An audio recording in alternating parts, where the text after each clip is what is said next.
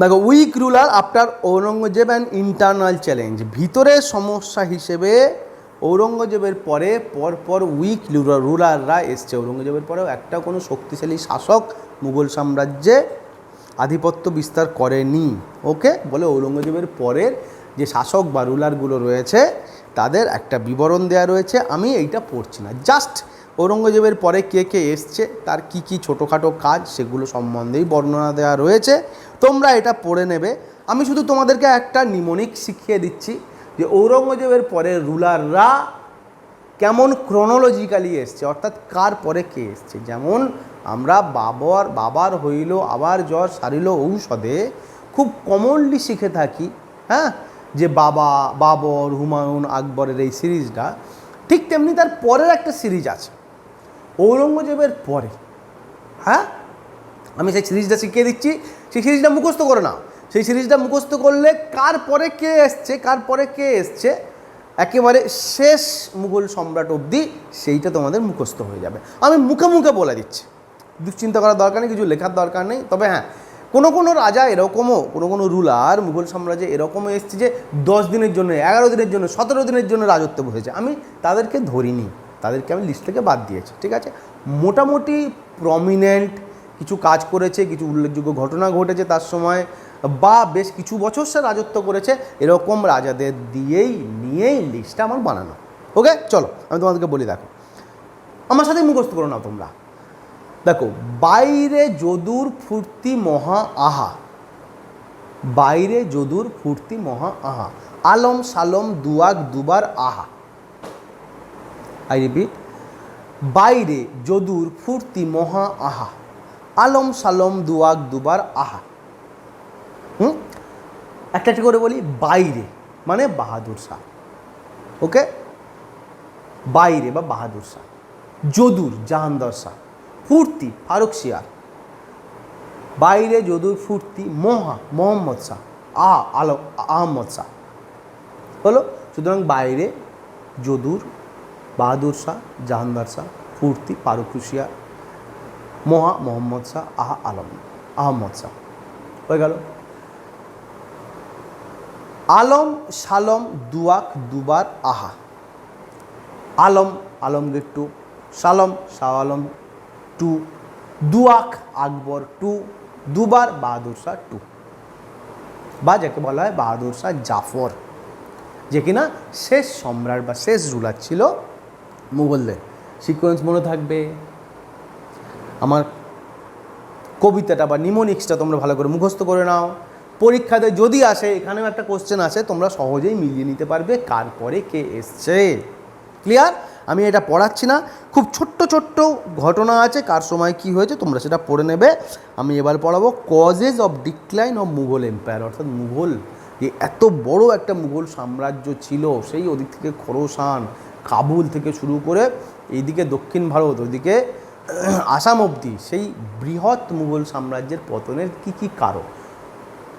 প্রিলিমিনারিতে এর ওপর প্রশ্ন আসে, মেন্সের ওপর প্রশ্ন আসে, স্টেটমেন্ট বেসড প্রশ্ন আসে, এবং অপশানে তো এই প্রশ্ন ঘুরিয়ে ফিরিয়ে, অপশনাল হিস্ট্রি যাদের আছে, ঘুরিয়ে ফিরিয়ে নানা রকমভাবে আসে। ভালো করে শিখে নাও, ইন নাটসেল শিখে নাও কেমনভাবে তোমরা পরীক্ষার সময় লিখবে। চল, causes of decline of Mughal empire. Decline মানে পতন, মুঘল সাম্রাজ্যের পতনের কারণ। Why the Mughal Empire declined has been a subject of debate among historians.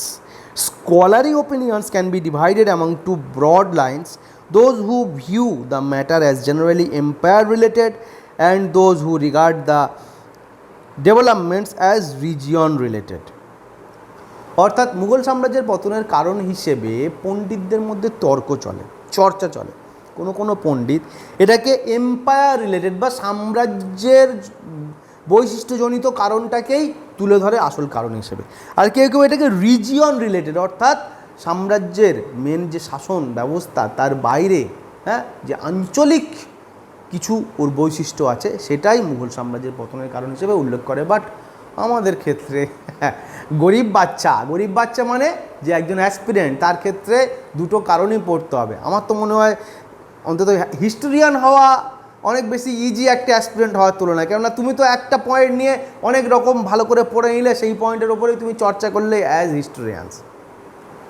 কিন্তু একজন অ্যাসপিরেন্টের এই হিস্টোরিয়ানের মতামত পড়তে হয়, ওই পণ্ডিতের মতামত পড়তে হয়, তার বক্তব্য শুনতে হয়, সব পড়তে হবে আমাদের, আমাদের কোনো ছাড় নেই গো। চলো, দ্য প্রসেস, পরের প্যারা থেকে পড়ছি, হ্যাঁ। The process of disintegration of the Mughal Empire began during the reign of Aurungzeb, but it picked up momentum only after his death in 1707.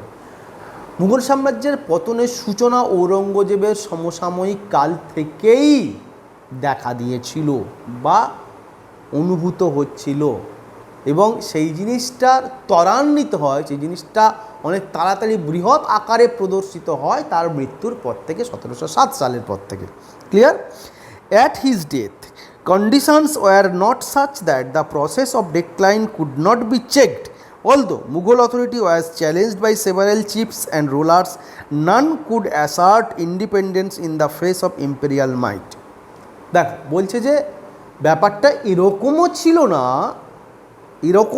না যে ঔরঙ্গজেবের মরার পরে ওর পতনটা অনিবার্যই ছিল।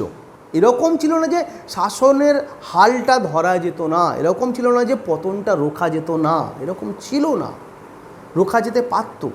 আশেপাশের যেসব ছোট ছোট রাজ্যগুলো তৈরি হচ্ছে, শিখদের, মারাঠাদের, বেঙ্গলের, এরা কিন্তু সরাসরি মুঘলদের উপরে আক্রমণ করেছে, মুঘলদেরকে সরিয়ে দিয়েছে তা না, তারা নিজেদের জায়গাটুকুকে স্বাধীন হিসেবে স্বীকার করেছে, স্বাধীন হিসেবে প্রতিষ্ঠা করার চেষ্টা করেছে, নিজেদের মধ্যেই তারা সীমাবদ্ধ ছিল। ওরা যে মুঘলদেরকে আক্রমণ করে ডিসইন্টিগ্রেট করে ভেঙে দিয়েছে তেমন কিন্তু না, ঠেকানো যেতে পারত। ক্লিয়ার? দেখো, the Sikhs, Marathas and Rajputs did not possess the capacity to overthrow the empire. They merely resisted Mughal power to keep their independence in their respective territory. Maratha, Rajput, হ্যাঁ, এরা এরকম ছিল না যে, এত ক্ষমতাশালী ছিল না যে মুঘলদেরকে উৎখাত করে দেয়, উচ্ছেদ করে দেয়। তারা কি করতো? তারা শুধু নিজের জায়গাটুকুকেই, নিজের জায়গাতেই তারা কেবল শাসন করবে, নিজের জায়গাতে তারা স্বাধীন, এইটুকুই করার চেষ্টা করছিল, ওর বেশি কিছু না। Thus, if successors of Aurungzeb had been capable rulers, the empire might not have fallen. Most of the emperors who came after Aurungzeb proved to be incapable, weak and licentious monarchs who hastened the process of disintegration of the empire and finally it collapsed.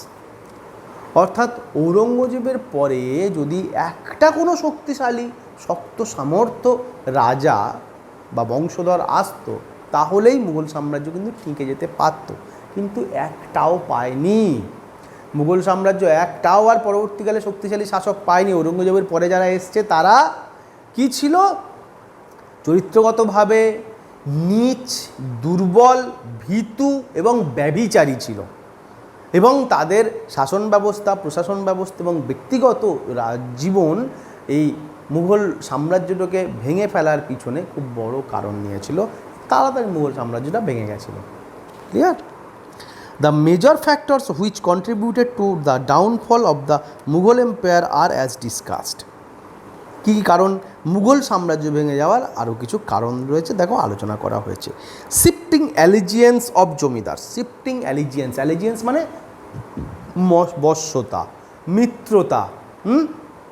Shifting allegiance মানে ধরো তোমার অধীনে যে আছে, তোমার যে মিত্র, তোমার যে বশ্য, সে কেবল যে তোমাকেই সমর্থন করছে, তোমার প্রতি মিত্রতা বা বশ্যতা দেখাচ্ছে তা না, সে সুযোগ বুঝে তোমার প্রতি বশ্যতা দেখাচ্ছে, অন্য কারোর প্রতি বশ্যতা দেখাচ্ছে, আমার প্রতি দেখাচ্ছে। শিফটিং অ্যালিজিয়েন্স, সে অ্যালিজিয়েন্সটা, তার মিত্রতাটাকে সুযোগ সুবিধা অনুযায়ী, তার স্বার্থ অনুযায়ী কখনো এর কাছে, কখনো ওর কাছে, কখনো তার কাছে নিয়ে যাচ্ছে। এটা হচ্ছে হেডলাইনটার মানে, শিফটিং অ্যালিজিয়েন্স অফ জমিদার্স। দেখো, two classes share the power of state with the emperor during the medieval period, the zamindars and the nobles. রাজাদের সাথে, অর্থাৎ মুঘল সম্রাটদের ছাড়া আর দুটো শ্রেণী সেই সময় অ্যাডমিনিস্ট্রেশনের ক্ষমতা উপভোগ করত, একটা ছিল জমিদার আর একটা ছিল অভিজাত। সব জায়গাতেই তাই হয়। হ্যাঁ, the zamindars were hereditarily owner of their lands who enjoy certain privileges on hereditary basis and were variously known as rais, rajas, thakurs, khuts and Deshmukh. জমিদার কারা ছিল? জমিদার ছিল যাদের অনেক জমি ছিল, তারা জমিদার ছিল, এবং তারা বংশানুক্রমিকভাবে জমির মালিকানা বা স্বত্ব উপভোগ করত। অর্থাৎ এখানটায় কোনো ইলেকশন হতো না, কোনো লিজিংয়ের ব্যাপার ছিল না। জমিদার যে তার অনেক জমি আছে, তারপর তার যে ছেলে জন্মাবে সে অটোমেটিক্যালি সেই জমিগুলোর মালিক হয়ে যাবে বা সেই জমিগুলো তার আন্ডারে চলে যাবে। হ্যাঁ, এবং জমিদারকে আগে কী নামে জানা হতো? রায়, রাজা, খুঁট, দেশমুখ, এরকমভাবে নামা হতো। খুঁট, দেশমুখ এগুলো ওই ইয়ের দিকে, মহারাষ্ট্রের দিকের এগুলো জমিদার ছিল। They occupied an important place in the empire because they helped in collecting the revenue land in local administration for which they maintain soldiers. এবং তারা রাজত্বে বা রাজ ব্যবস্থায় রাজার প্রশাসনে একটা খুব বড় রোল, বড় ভূমিকা নিত। কীভাবে? তার কারণ ল্যান্ড রেভিনিউ, জমিদারির যে খাজনা, ঠিক আছে, জমির খাজনা, সেটা তারাই রাজাকে দিত এবং সেই জন্যে তাদের আন্ডারে সেনাবাহিনী থাকতো। তারা নিজেরাই এক একটা ছোটোখাটো সৈন্য দল নিজের অধীনে পুষে রাখতো যাতে খাজনা আদায় করা যায়। Clear? Though the Mughal had tried to curb the power of the Jomidar and maintain direct contact with the peasants, they had not wholly succeeded. During the reign of Aurungzeb itself, there was a marked increase in the power of the influence of Jomidar. The biggest fallout of this was the regional loyalties were encouraged.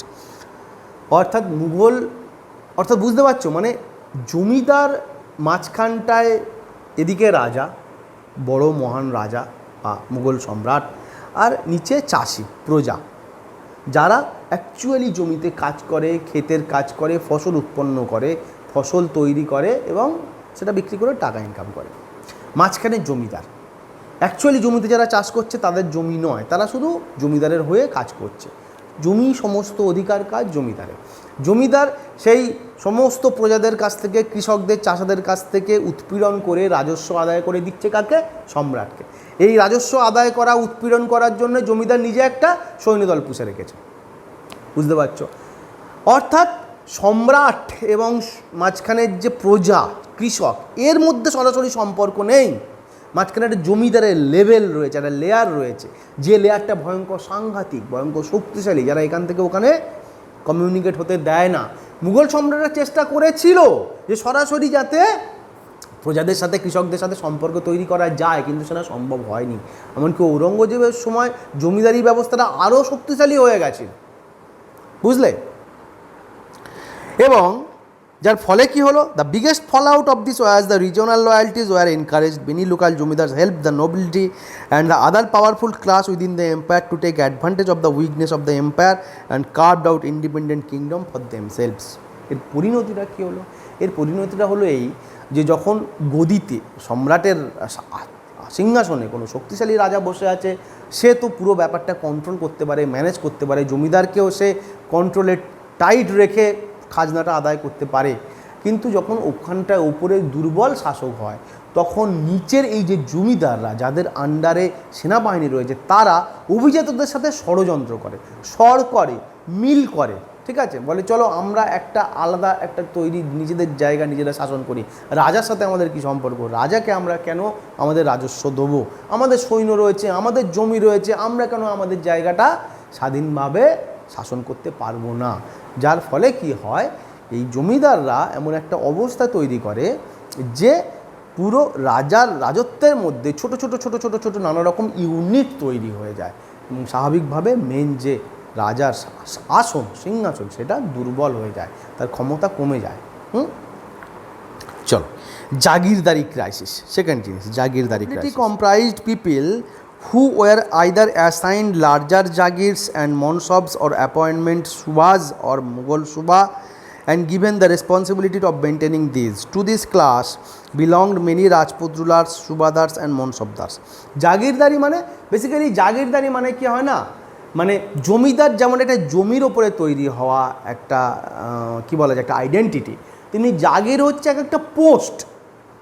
তার মধ্যে জাগিরদারের মধ্যে জাগির বা মনসব, এই পোস্টের মধ্যে একসাথে জমিও থাকবে, সৈন্য থাকবে, টাইপ অফ একটা ইকুয়াল পোস্ট, জাগিরদার, মনসবদার। এই পোস্টগুলো তৈরি হয়েছিল মুঘলদের সময়। Clear?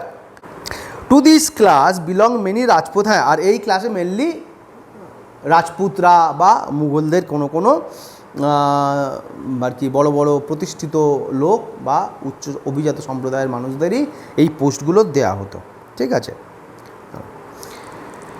Although Akbar had provided a well-knit organization for them, there was divisiveness among the nobility on the basis of religion, homeland and tribe, and each category formed a group of its own. সুতরাং এই যে বড় বড় post পেল, তুমি যে কোনো জায়গাতেই দেখবে, ধরো আজকের দিনের গভর্নমেন্টেও, অ্যাডমিনিস্ট্রেশনেও, ঠিক আছে, যত যে বড় বড় পোস্টগুলো আছে, পোস্টগুলো তো হলো, পোস্টগুলো তৈরি হয়েছে, পোস্টে রাজার অনুগ্রহের মানুষ বা যোগ্য মানুষরাই সেই পোস্টগুলো হোল্ড করেছে, কিন্তু তার মধ্যেও সেখানটায় গ্রুপ অনুযায়ী, ধর্ম অনুযায়ী, নিজেদের জাত অনুযায়ী নানা রকম দল তৈরি হয়ে গেছিলো। সকলে রাজার জন্য কাজ করছে, রাজাকে সমর্থন করছে বা রাজাকে সাহায্য করছে সময়ে সময়ে, কিন্তু নিজেদের মধ্যে দলাদলিও খুব হচ্ছে। এবং এই দলাদলিটা মুঘল সাম্রাজ্যের পতনের জন্য খুব বড় একটা কারণ। একটা আফগানি একটা দল, ইরানি একটা দল, ভারতীয় একটা দল, হিন্দু একটা দল, মুসলিম একটা দল, যারা দাস বংশ থেকে এসছে তাদের একটা দল, নানা রকম দল রয়েছে নোবিলিটিদের মধ্যে। এবং and each category formed a group in their own, mutual rivalry, jealousy, contest for power among the various groups during the ruler of the latter Mughals not only reduced the prestige of the emperor but also contributed to the decline of empire. এবং স্বাভাবিকভাবে এই নানা রকম দল তারা নিজেদের মধ্যে গণ্ডগোল করে, রেষারেষি করে, ঝামেলা পাকায় এবং রাজার অনুগ্রহ লাভ করে, ষড়যন্ত্র করে। এই এত দলে দলে ভাগ বিভাগ গণ্ডগোল আলটিমেটলি রাজাকেই দুর্বল করে এবং রাজত্বের পতনের কারণ হিসেবে দাঁড়ায়।